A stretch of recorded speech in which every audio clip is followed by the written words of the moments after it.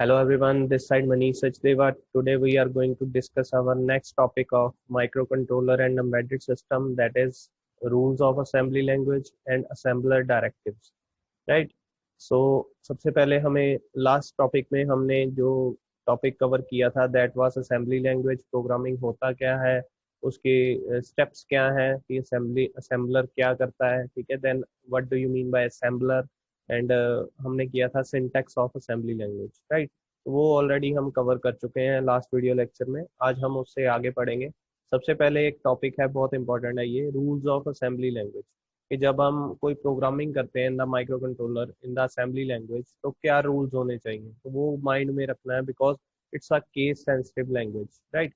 Case sensitive का means अगर हम अपर केस में लिख रहे हैं तो सारा जो कोड है वो अपर केस में ही ठीक होगा, अगर हम लोअर केस में भी लिख देंगे तो वो एरर जनरेट कर देगा, ठीक है।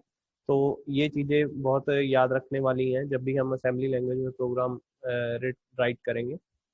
The first rule is assembly code must be written in the upper case letters. तो जितने भी हमने असेंबली लैंग्वेज कोड लिखने हैं, इंस्ट्रक्शंस लिखने हैं, that should be in the upper case letters, right. The labels must be followed by a colon. अब जो भी हमने लेबल लगाना है बिफोर स्टार्टिंग द इंस्ट्रक्शन, उसके साथ कॉलन जरूर लगाना है। अगर कॉलन नहीं लगाएंगे तो that will generate an error. All symbols and labels must begin with the letter. अब कोई भी सिंबल है, सिंबल मीन्स कोई भी हम वैल्यू देना चाहते हैं, कि कोई नाम देना चाहते हैं, ठीक है, या हम कह सकते हैं कि कोई भी A to Z करेक्टर है या 0 to 9 है, वो सारे एक मिलके क्या बनाएंगे, सिंबल बनाएंगे, जिसको हम वेरिएबल बोलते हैं, राइट। तो उसको जो स्टार्ट करना है that is with the letter. ये नहीं होना चाहिए कि 3H या 3M AN ऐसे लिख दूंगा, तो वो पहला जो वर्ड है उसका that starts with the alphabet only, ठीक है, लेटर के साथ ठीक मतलब स्टार्ट होना चाहिए। Next, all comments are typed in lower case. अब जो भी हम कमेंट्स लिखेंगे वो पहले तो सेमी कॉलन से स्टार्ट होंगे, ठीक है। उसके बाद जो भी हम लिखेंगे that should be in the lower case, right. The last line of the program must be the end directive. अब आगे हम डायरेक्टिव पढ़ेंगे, उसमें एक एंड डायरेक्टिव आता है।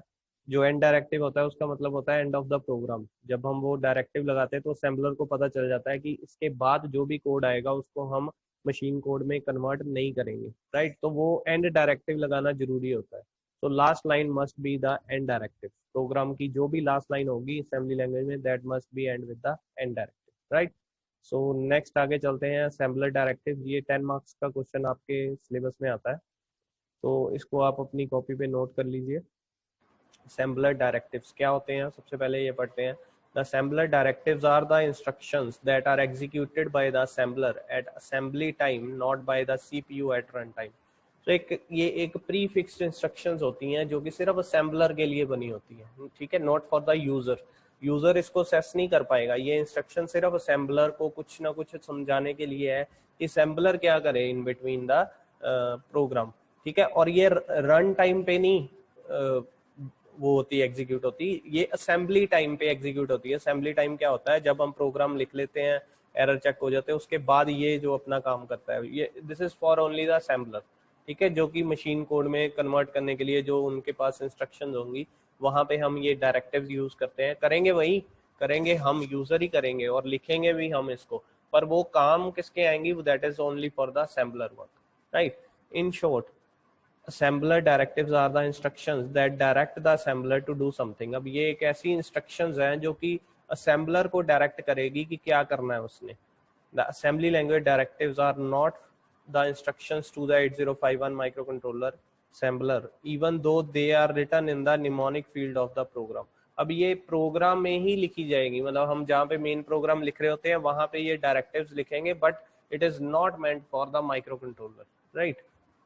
Assembly language directives are actually instruction to the assembler and direct the assembler program what to do during the process of assembling, ठीक है जी। The assembly language directives do not have any effect on the contents of the microcontroller memory। अब इनका कोई भी directives की जो अपनी अलग से स्पेस होती है, वो कोई भी जो मेमोरी होती है इसकी माइक्रो कंट्रोलर की, उसमें ये अपना कोई भी इफेक्ट नहीं क्रिएट करती। मतलब they do not have any space in the program memory.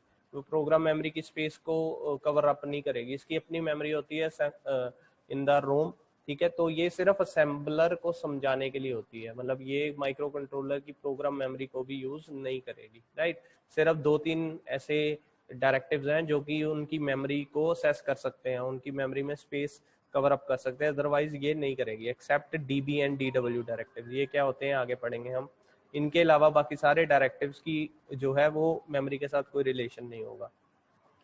The directives are dependent on the assembler program and in case ASM51 assembler, ASM51 एक assembler होता है, हमने लास्ट वीडियो में पढ़ा था, वो 8051 का स्पेशल assembler है, ठीक है जी।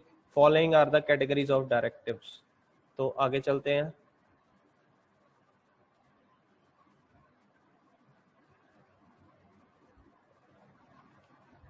जी। assembler directives are used to define symbols। ये symbols को define कर सकते हैं। symbol क्या होता है? कोई भी नाम, कोई भी variable is called a symbol, ठीक है। reserve memory space, memory space को रिजर्व करने के लिए यूज होते हैं। Store values in program memory, program memory में वैल्यू को स्टोर करने के लिए हो सकते हैं, ठीक है। Switch between different memory spaces, अब there will be 5 segments spaces of the memory जो इसमें ये स्विच कर सकता है, ठीक है। तो आगे पढ़ेंगे हम। तो ये हमारे पास कुछ डायरेक्टिव्स होते हैं, इनमें से कुछ ही हम पढ़ेंगे बिकॉज सारे नहीं यूज करेंगे हम। assembler state control है, org and using, these are assembler state control। Symbol definition है जिसमें segment, EQU, set data, I data, X data, bit code, ये सारे सिंबल डेफिनेशन सिंबल को डिफाइन करने के लिए है। Storage initialisation, DS, D bit, DB, DW, ये है 4। प्रोग्राम लिंकेज में है public, extern, name. Segment sections है हमारे पास RSEG, CSEG, DSEG, ISEG, BSEG, XSEG, ठीक है। तो ये सारे इनमें से कुछ डायरेक्टिव्स हम आगे पढ़ेंगे। सबसे पहले हमारा EQU directive, it's very important. जो जो इंपॉर्टेंट है मैं आपको साथ साथ में बताता रहता हूँ, आप उसके अकॉर्डिंगली ही इनको याद रखना। अगर पेपर में आ भी जाए तो इंपॉर्टेंट वाले जरूर करके आने हैं, बाकी चाहे आप इग्नोर कर सकते हैं, बट जो इंपॉर्टेंट बोल रहा हूँ दैट शुड बी रिमेंबर, ठीक है, वो याद रखने हैं आपने। सो EQU डायरेक्टिव्स क्या है? ये एक ऐसा equate, basically EQU stands for equate, ये आप लिख लो कॉपी पे अपनी, EQUAT,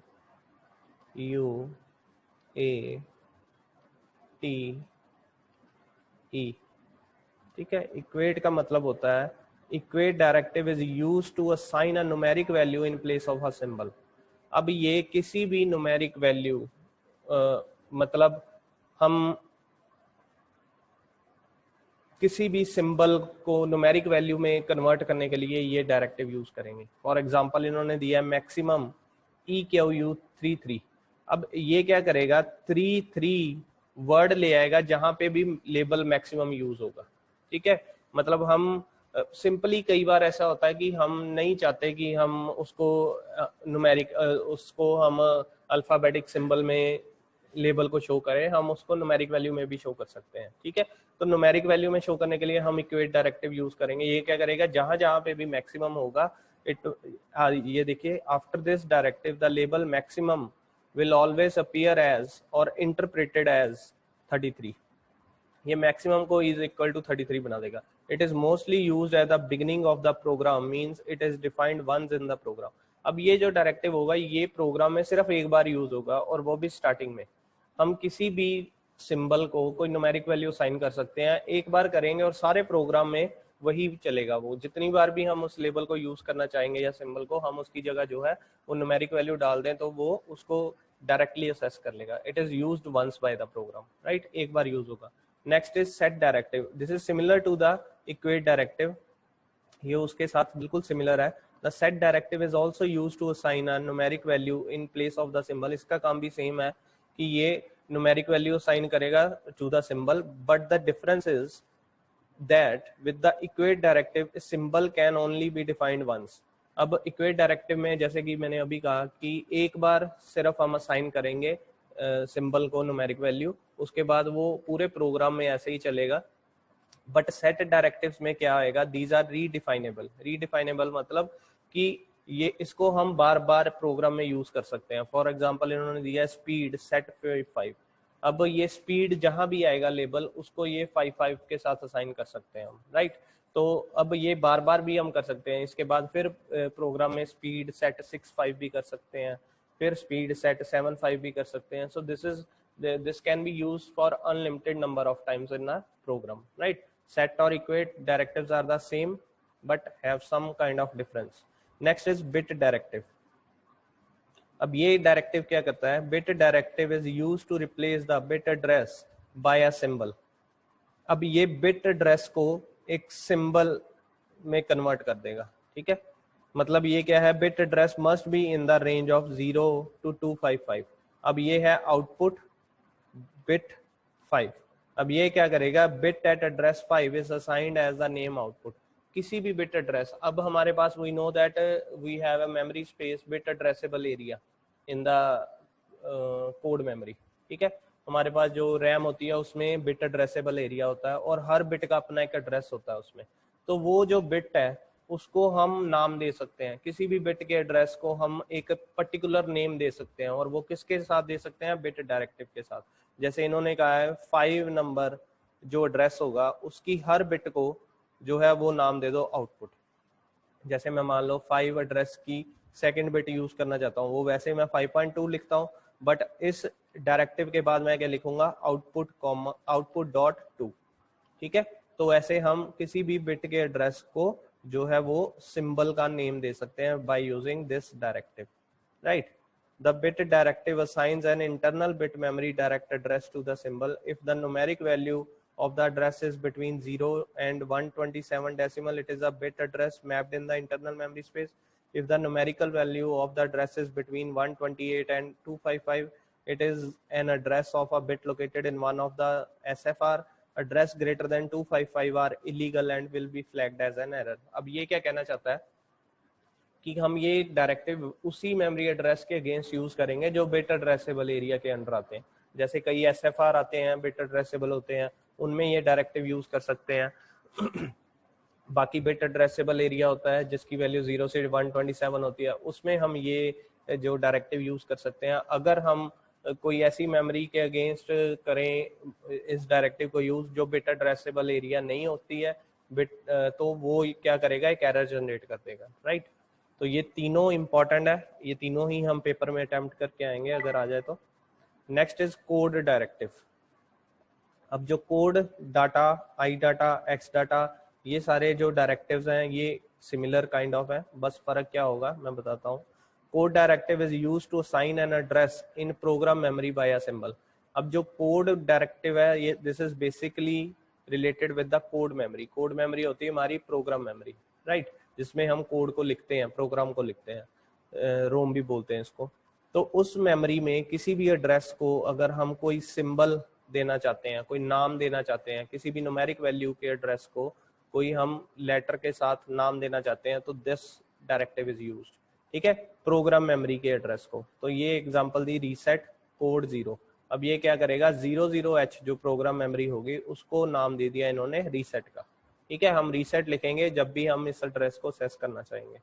the maximum capacity of the program memory is 64K। हमें पता है जो हमारी 64K की रोम होती है इन दिस 8051।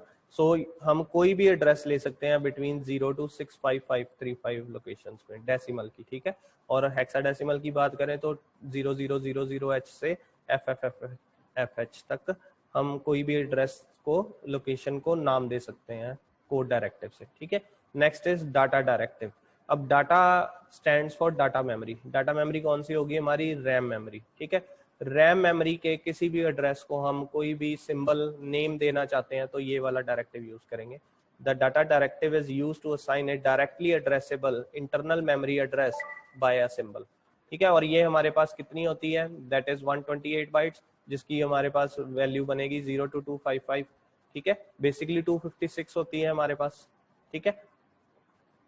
तो ये हमारे पास इंटरनल मेमोरी एड्रेस जो है उसको हम कोई भी नाम दे सकते हैं। जैसे इन्होंने दिया है temp 05 डाटा 25, ये 25 एड्रेस को, 25H एड्रेस को नाम दे देगा temp 05, राइट, ठीक है जी। अब इसमें भी वही समझाया कि अगर तो उसी मेमोरी में ये कोई भी कोड को, कोई भी एड्रेस को नाम दे सकते हैं, अगर उससे ज्यादा के हमने एड्रेस लिख दिया तो ये एरर जनरेट कर देगा, राइट। नेक्स्ट है I data and X data, ये दोनों भी इंपॉर्टेंट है। ये चारों basically are related with the memory, ठीक है। इसमें फर्क क्या है, सिर्फ अलग अलग मेमोरी यूज होगी। अब आई data means internal, indirect data, sorry indirect data मतलब इनडायरेक्टली हम किसी भी एड्रेस के पास जा रहे हैं, वो क्या होगा, I data directive is used to assign an indirectly addressable internal data memory address whose address is placed in the specified register by a symbol। अब मान लो हमारे पास 45H है, 45H में एक 8 बिट का एड्रेस है, ठीक है। हम उस 8 बिट के एड्रेस को एक नाम देना चाहते हैं, तो हम डायरेक्टली नहीं उस एड्रेस को असेस कर रहे, हम किसी और एड्रेस से उस एड्रेस को असेस करना चाहते हैं, तो इसलिए हमने आई डाटा डायरेक्टिव दिया है, ठीक है, जिसमें हम इनडायरेक्ट एड्रेसिंग मोड की इंस्ट्रक्शन यूज करेंगे, तब हम आई डाटा डायरेक्टिव यूज करेंगे। जैसे ये क्या करेगा, 45H ये एक एड्रेस लोकेशन है, ठीक है, इसमें एक और एड्रेस लोकेशन पड़ी है। अब उस एड्रेस लोकेशन जो 45H में पड़ी है, उसको जो नाम दिया है वो दिया है temp25, ठीक है। मान लो उसमें पड़ा है 25H, तो 25H को जो सिंबल के साथ हम रिप्रेजेंट करेंगे वो करेंगे temp25, ठीक है। तो that is known as I data directive, right. Next is X data directive. X हम वर्ड ये तब यूज करते हैं जब हम एक्सटर्नल मेमोरी को असेस करते हैं, ठीक है। तो एक्सटर्नल डाटा मेमोरी वो भी 64K तक हो सकती है। एक्सटर्नल डाटा मेमोरी को जब हम असेस करना चाहते हैं, उसके किसी भी एड्रेस को हम नेम देना चाहते हैं, that time we will use the X data directive. It is used to assign an address located in the external data memory space by a symbol, ठीक है। एक्सटर्नल डाटा मेमोरी स्पेस में के को हम जब हम सिंबल देना चाहते हैं, तो that time X data directive is used। इन्होंने एग्जांपल दिया टेबल _5 X डाटा 2500। अब 2500 ये क्या है, एक्सटर्नल डाटा मेमोरी है जो कि हमने बाहर से इंटरफेस करवाई हुई कंट्रोलर का, उसका 2500H जो एड्रेस होगा उसको हमने नाम दे दिया table _5, right. And it must be from 0 to 64K value, ठीक है, एड्रेस लोकेशन जो होगी। नेक्स्ट है हमारे पास ये चारों के बारे में अगेन बताया हुआ है, code data, I data, X data, ये चारों जो है दीज आर द सिमिलर, ठीक है। फर्क क्या है, जो बिट जहाँ पे बिट है मतलब हमें सॉरी जहाँ पे कोड एड्रेस है वो होगा प्रोग्राम मेमोरी रोम में, जहाँ पे डाटा एड्रेस दिया है वो होगा इन द इंटरनल रैम, जहाँ पे आई डाटा है वो इनडायरेक्टली इंटरनल रैम से होगा, और एक्स डाटा एक्सटर्नल रैम से होगा, राइट। सो नेक्स्ट है ORG। ये बहुत ही इंपॉर्टेंट है, ये अकेला भी आ जाता होता है कई बार, and this is very important for our programming, ठीक है। ORG stands for origin, origin stands for start। The ORG directive is used to indicate the beginning of the address। अब हमने असेंबलर को ये बताना है कि किस लोकेशन से वो इंस्ट्रक्शंस को मशीन कोड में कन्वर्ट करना शुरू करे, तो उसके लिए हम उसे कैसे बताएंगे, bye using the ORG directive, ठीक है। हम ORG में अगर यहाँ पे एग्जांपल दिया है ORG 000H, अब ये क्या कर रहा है, tells the assembler to assemble the next statement at 0000H। अब ये असेंबलर को बता देगा कि मैं जो प्रोग्राम शुरू कर रहा हूँ, अपनी इंस्ट्रक्शंस लिखनी शुरू करूंगा, वो 000H से शुरू होगी, तो वहां से वो मशीन कोड में कन्वर्ट करेगा, ठीक है, हर इंस्ट्रक्शन को, right. The number that comes after the ORG can either in hex और इन डेसिमल। अब ORG के बाद जो भी हम नंबर लिखेंगे that should be in the hexadecimal और it should be in the decimal. अगर हम H लिखेंगे इसके साथ तो वो हेक्साडेसिमल का नंबर होगा, अगर हम कुछ नहीं लिखेंगे वो डेसिमल का नंबर उठाएगा उसका, right. If the number is not followed by H, it is decimal and the assembler will convert into the hex। वो क्या करेगा, डेसिमल को हेक्स में कन्वर्ट करके जो वैल्यू आएगी उसके अकॉर्डिंगली वहां से प्रोग्राम जो है वो स्टार्ट करेगा, राइट। उसके बाद ये प्रोग्राम दिया है, ठीक है। तो फिर आगे इन्होंने दिया है ORG 00BH, तो ये इसके बाद की जो इंस्ट्रक्शन है फिर ये स्टार्ट करेगा। तो ORG बेसिकली ये असेंबलर के लिए होता है कि कहाँ से वो मशीन कोड में कन्वर्ट करना शुरू करे प्रोग्राम को, राइट। नेक्स्ट है जो ORG वो बहुत इंपॉर्टेंट है। नेक्स्ट है using directive and end directive. इसमें से एंड डायरेक्टिव इंपॉर्टेंट है। यूजिंग डायरेक्टिव क्या है, सबसे पहले पढ़ते हैं। Using directive is used to specify one of the 4 general purpose register banks. अब किसी भी रजिस्टर बैंक को हमें यूज करना हो तो डायरेक्टली ये डायरेक्टिव यूज कर सकते हैं हम।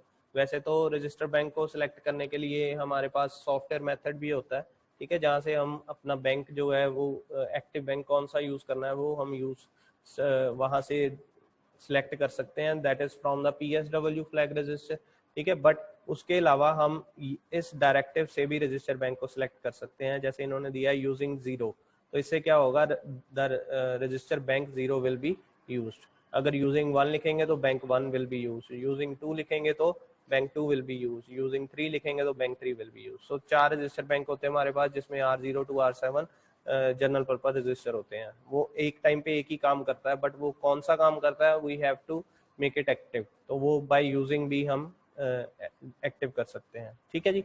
Next is end directive. End directive is also an important directive, जैसे ORG stands for start of the program end will tell us the end of the program, ठीक है। ये असेंबलर को बता देगा कि यहाँ पे प्रोग्राम एंड हो रहा है। It is used to indicate the end of the source program. Example end लिखना है बस, दैट्स इट, END कैपिटल में, एंड ऑफ द प्रोग्राम, ठीक है जी।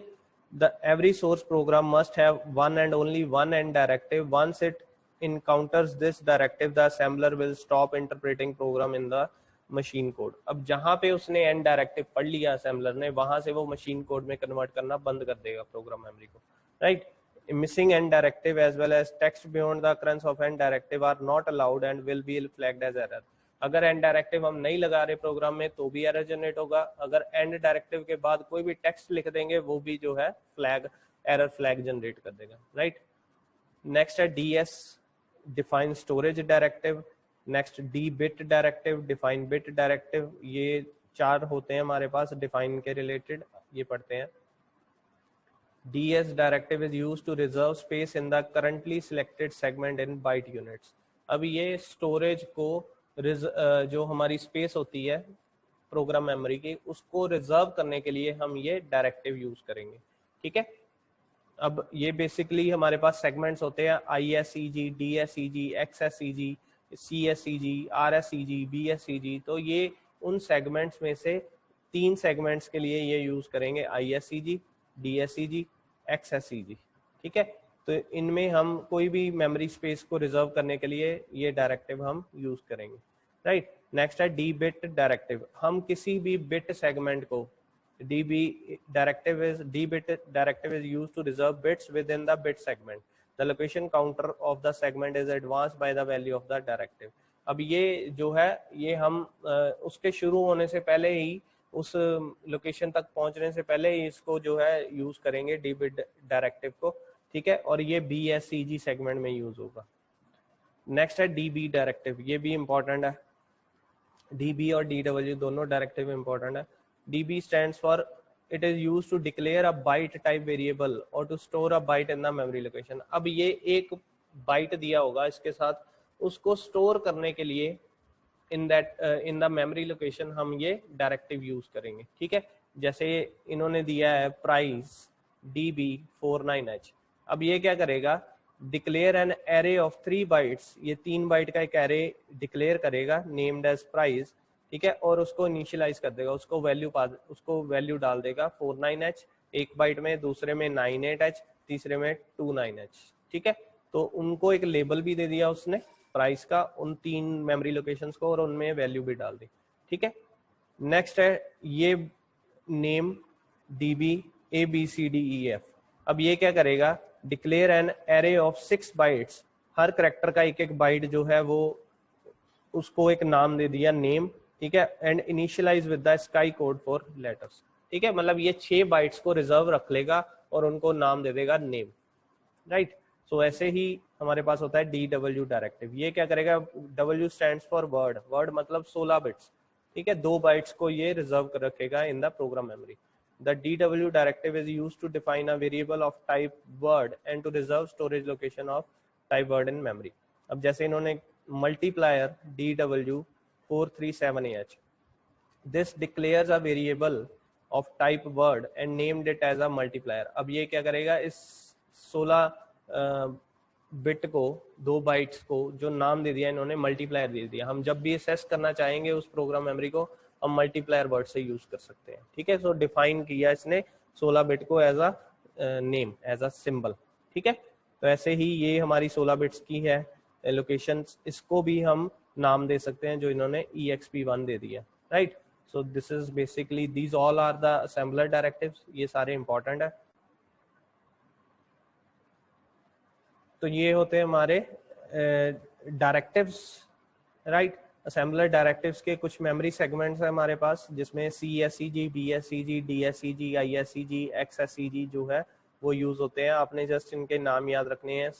CSEG बेसिकली जो है that is use to select the code segment. Code segment मतलब program memory space में हम कोई भी वर्ड को डिफाइन करना चाहते हैं तो CSEG डायरेक्टिव यूज करेंगे। BSEG basically for bit segment, DSEG for data segment, जो हम इंटरनल डाटा मेमोरी में किसी भी डायरेक्टिव को यूज करेंगे। ISEG basically internal data memory space, XSEG stands for external data memory space, right. तो when assembler get started the segment CSEG is activated by default, ठीक है जी, and remains active until a new directive is specified. तो हम किसी भी segment को specify कर सकते हैं by using directives, but by default CSEG segment जो है वो एक्टिव होगा, ठीक है, by using the assembler, right. So these are some assembler directives जो आपको पेपर में आ सकता है। तो 10 मार्क्स का क्वेश्चन हुआ तो हम सारे अटेम्प्ट करके आएंगे। 5 मार्क्स का हुआ तो सिर्फ जो मैंने इंपॉर्टेंट आपको बताए हैं आप वो लिख के आ सकते हैं, राइट। जिसमें ORG, EQU, DB, DW, then using end code data, I data, X data, right, ये जो है इम्पोर्टेंट है। So thank you.